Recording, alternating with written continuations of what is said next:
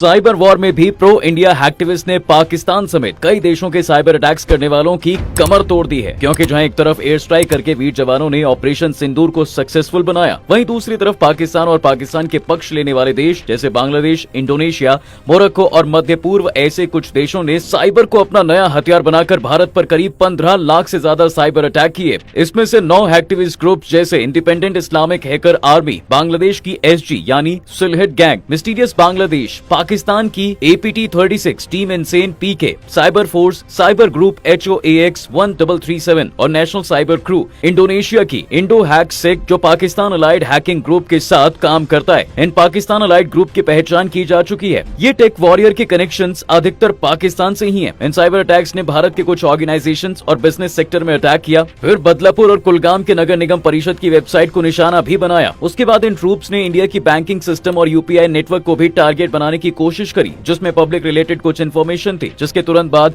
RBI और NPCI ने UPI companies को अपना डेटा और कोर बैंकिंग सिस्टम को सिक्योर करने के लिए अलर्ट इशू किया ताकि हैकर्स के अटैक को फेल किया जा सके। इनकी ये नाकाम कोशिश यही नहीं रुकी, बल्कि जालंधर के डिफेंस नर्सिंग कॉलेज को भी निशाना बनाकर इंस्टीट्यूट की वेबसाइट को हैक किया और अपने प्रोपेगेंडा को फैलाया। इनका अगला निशाना hosting providers, private companies, Chhatrapati Shivaji Maharaj अंतर्राष्ट्रीय हवाई अड्डे, कई टेलीकॉम कंपनीज के टेक्निकल इंफ्रास्ट्रक्चर, सेंसिटिव डेटा को स्कैन और एक्सप्लॉइट करने की कोशिश की थी। हालांकि इस बात की अभी तक पुष्टि नहीं की गई है। वैसे इनकी ये हरकत से इनका प्रोपेगेंडा तो साफ था कि भारत में पैनिक सिचुएशन क्रिएट करके लोगों में डर का माहौल बना सके। लेकिन इन साइबर वॉर में मुझे गोदी एंकर्स का माजरा समझ नहीं आया कि वो इंडिया के साथ है या इंडिया के खिलाफ। इस टेंशन सिचुएशन में भी गोदी मीडिया ने TRP के चक्कर में कई फेक न्यूज फैलाई, जैसे ATM का बंद होना, 70% पावर का ठप होना और न जाने क्या क्या। ऐसी न्यूज से लोगों में टेंशन का माहौल पैदा होता है और यही तो साइबर अटैकर्स के मंसूबे हैं जो मीडिया चैनल्स पूरा कर रहे हैं। मीडिया का काम बस इतना होता है कि किसी भी न्यूज को दिखाने से पहले उस न्यूज की पुष्टि कर ले, और ये काम भी इनसे ठीक से नहीं हो पा रहा।